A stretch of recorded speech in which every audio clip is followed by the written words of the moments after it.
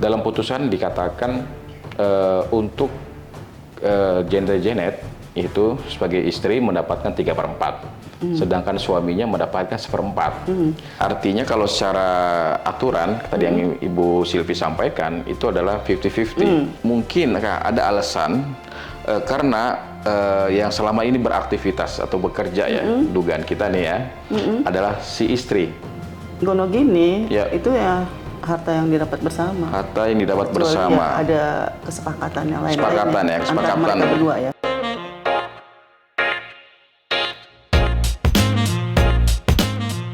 Assalamualaikum warahmatullahi wabarakatuh. Jumpa lagi dengan channel YouTube Halo Pengacara. Pada kesempatan kali ini kita akan berdiskusi tentang isu-isu yang viral dan mendapat perhatian publik. Dan pada kesempatan kali ini kita akan berdiskusi dengan Ibu Haja Silviani Abdul Hamid. Assalamualaikum Bu Haja. Waalaikumsalam. Saya manggilnya Bu Haja atau Bu Silvi? Silvi aja. Bu Silvi aja. Pakai ajanya nggak usah? Nggak usah ya Bu Silvi. Ini terkait dengan isu yang berkembang saat ini yang cukup menarik, yang menjadi agak heboh nih. Itu adalah terkait dengan pembagian harta gono kini antara Jenny Juliana dengan Alif Hedi Nur Maulid. Atau kalau Jenny Juliana ini sering dikenal nama panggungnya apa? Jenita Janet. Jenita Janet. Jenny Juliana jadi Jenita Janet. Ini beliau adalah public figure, penyanyi Bu ya. Informasinya penyanyi dangdut gitu ya begitu. Nah, ini menarik nih Bu, dalam putusan yang terdahulu ya berdasarkan putusan tahun 2001, maksud saya 2021 itu dikatakan sudah ada pembagian harta bersama, ya kan? Terlepas dari kasusnya, kita tidak dalam detail terkait dengan kasusnya Jenita Janet, tapi lebih kepada bagaimana kerangka hukum itu berkaitan dengan pembagian harta bersama. Kan gini, yang menarik adalah dalam putusan dikatakan untuk Jendra Jenet itu sebagai istri mendapatkan 3/4. Sedangkan suaminya mendapatkan 1/4. Kalau kita kan biasa dengar tuh, kalau di publik atau masyarakat, kalau bicara harta gono gini itu 50-50. Nah, 50-50, 50-50. Nah, saya pengen tahu Bu, kira-kira kalau bicara definisi harta bersama itu apa sih Bu? Yang bahasanya mudah dipahami oleh masyarakat. Ya, harta bersama itu atau dalam hal ini gono gini ya. Gono gini ya. Biasanya yang diperebutkan yang namanya gono gini. Ya, gono gini. Gono gini itu harta bersama, dianggap harta bersama selama didapatkan harta tersebut selama masa pernikahan. Baik dari penghasilannya dari istri ataukah suami, dianggap harta bersama selama pernikahan. Penghasilan istri juga itu dianggap harta bersama? Iya, kan selama pernikahan. Berarti istilah penghasilanku untukku, penghasilanmu untukku juga gitu nggak? Itu nggak berlaku dong dalam hal ini ya? Ya, dalam konteks ini ya. Gono gini ini nggak berlaku ya, artinya sebenarnya ini kan dalam konteks hukumnya ya. Hukumnya ya. Yang ada di kompilasi hukum Islam. Dalam kompilasi hukum Islam. Tapi kan dalam prakteknya sih ya kesepakatan aja antara suami istri. Kesepakatan suami istri, artinya kalau kamu misalnya punya penghasilan sendiri ya udah kamu keep sendiri lah gitu buat kamu. Tapi tetap saya yang menyediakan semua untuk kebutuhan rumah tangga. Bisa suaminya seperti itu, bisa jadi utuh buat istrinya. Oke. Tapi kan kalau konteksnya gono gini, itu ya harta yang didapat bersama. Harta yang didapat bersama. Ya, ada kesepakatan yang lain. Kesepakatan ya, antara mereka berdua ya. Kesepakatan itu maksudnya perjanjian kawin. Bisa ya perjanjian kawin atau ya seperti itu yang nggak perlu ada perjanjian. Suaminya bilang ya itu yang saya udah kasih ke kamu, atau kamu hasilkan sendiri, misalnya dia bekerja atau berarti harta gono gini itu akan menjadi permasalahan atau akan jadi persoalan ketika para pihak tidak mensepakati terhadap harta bersama itu. Iya. Artinya akan ketika masuk dipermasalahkan. Akhirnya masuk ke sengketa. Ketika jadi sengketa. Jadi sengketa. Tapi kalau para pihak bersepakat terkait dengan harta bersama itu, dari cara pembagiannya, besaran pembagiannya, maksud saya besarannya dan cara pembagiannya itu tidak perlu ada sengketa sebenarnya di pengadilan. Iya, tentunya dong. Kalau nggak ada yang menggugat, gono gininya ya sudah selesai aja. Ya. Dengan putusan cerai ya sudah. Tapi kan ini kan masalahnya kan ada pihak-pihak yang merasa dia juga berhak atas harta mereka selama pernikahan.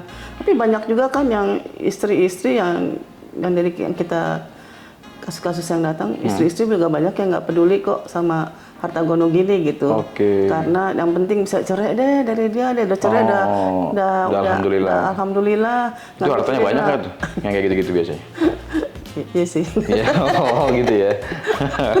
Kalau nggak banyak nggak, iya deh gitu ya. Kalau banyak konteksnya nggak ngomong soal amount-nya berapa atau berapa besarannya, tapi kita kan ngomong konteks gono gininya. Konteks gono gini.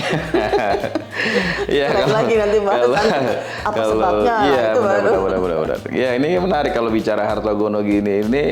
Pastinya ketika ada perpisahan dari para public figure ya, itu pasti akan ramai bukan hanya ketika proses perceraian ya, pasca perceraian ya, terkait masalah anak, harta bersama kan gitu ya biasanya. Terus ya berbagai macam hal lah yang mungkin juga menarik. Nah, terkait dengan putusan ini cukup menarik, putusan dari Pengadilan Agama Bekasi ini pembagiannya itu 3/4 untuk istri, 1/4 untuk suami. Artinya kalau secara aturan, tadi yang Ibu Silvi sampaikan, itu adalah 50-50. Nah, mungkin kita sedikit menerawang, walaupun kita agak sulit mendapatkan putusannya ya. Tadi kita coba mendownload, terus tidak dapat. Mungkin ada alasan, karena yang selama ini beraktivitas atau bekerja ya, dugaan kita nih ya, adalah si istri. Ya, si istri, dugaan kita adalah si istri yang bekerja, dengan sedangkan suami mungkin juga bekerja tapi mungkin tidak sehebat atau penghasilan sebesar daripada istrinya. Itu kira-kira bisa menjadi pertimbangan majelis tidak? Ini kira-kira aja sih sebenarnya. Kalau ngikutin ini sebenarnya saya belum tahu apa pertimbangan dari majelis, dari hakimnya ya. Terus saya nggak berani apa kira-kira gini itu. Cuma kalau ngikutin dari aturan ya kompilasi hukum Islam kan harusnya 50-50. Kemungkinan ini hanya asumsi saya. Kemungkinan si kan yang mengajukan si suaminya kan. Mungkin yang diajukan itu kan pasti dengan listnya kan. Mungkin ada list-list yang sebenarnya bukan dihasilkan selama pernikahan. Mungkin ini asumsi saya. Jadi mungkin ada yang harusnya bukan dimasukkan ke dalam aset yang gono gini. Jadi mungkin ya. Jadi makanya jadinya 2/3, 1/3 gitu. Atau ya walau alam ya kayak. Walau alam ya. Kalau bisa bicara tadi menarik tadi Ibu bilang mungkin ada harta yang itu tidak bicara dari harta gono gini ya. Artinya harta yang tidak yang datangnya atau adanya mungkin sebelum pernikahan atau harta bawaan atau harta bawaan gitu atau mungkin dia dapat dari waris gitu kan selama pernikahan ternyata dia dapat waris. Atau dapat hibah dari saudaranya mungkin gitu kan mungkin bisa artinya dari pihak dia lah gitu. Jadi segala sesuatu itu tidak mesti 50-50 ternyata dalam fakta persidangan itu ya. Bisa 60 tadi 1/4 dan 3/4 sehingga tentunya dalam hal ini tinggal bagaimana pelaksanaan putusan kira-kira begitu Bu ya. Iya. Dan setuju nggak para pihaknya nih? Setuju nggak para pihak ya dengan putusan ini. Nah ini yang cukup menarik adalah ketika kita membahasakan istilahnya dalam pelaksanaan putusannya tentunya keredoan dari para pihak untuk melaksanakan putusan tentunya dalam hal ini. Kan ada yang beranggapan ini seluruh harta saya yang peroleh, kamu nggak berhak seluruhnya, gitu. Artinya pelaksanaan juga tidak semudah yang mungkin digambarkan masyarakat gitu. Iya, udahlah urusan perebutannya, artinya perebutan maksudnya tuh proses di persidangan untuk menggugat gono gini juga memakan energi, waktu gitu kan. Tambah lagi pelaksanaannya lagi juga atau siapa tahu gitu ternyata juga udah raib ini gitu kan bisa aja kan proses lama mungkin dia juga apalagi kayak gini kan pandemi ada kerja.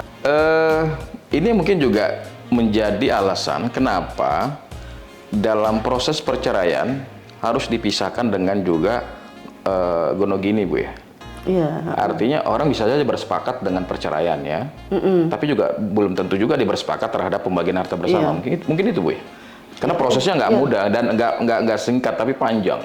Iya, makanya sekarang kan itu ya proses di sidang diarahkan oleh majelis untuk dipisahkan. Kalau dulu kan semuanya sekaligus tuh ya, putusan cerai, terus hak dona, hak asuh anak, terus gono gini. Kalau sekarang kan majelis. Iya, majelis meminta untuk ya udah nih dulu aja. Cerai dulu, itu baru ya. Iya. Ini menarik ya. Artinya putusan yang kita baca ini pembagiannya tidak melulu bicara 50-50, tapi walaupun secara aturan 50-50, tinggal masing-masing pihak membuktikan itu. Ya, terima kasih Bu Silvi atas waktu dan kesempatannya dalam berdiskusi kita pada kali ini. Dan bagi para para sahabat Halo Pengacara yang menonton video ini terkait dengan hal-hal berkaitan dengan hukum keluarga yang ingin bertanya, bisa langsung di kolom komentar atau mendownload aplikasi Halo Pengacara di Android ya khususnya. Dan jangan lupa like, comment, share, dan subscribe YouTube channel Halo Pengacara. Sekali lagi Bu Silvi, terima kasih. Sama-sama, Mbak. Assalamualaikum warahmatullahi wabarakatuh. Waalaikumsalam warahmatullahi wabarakatuh.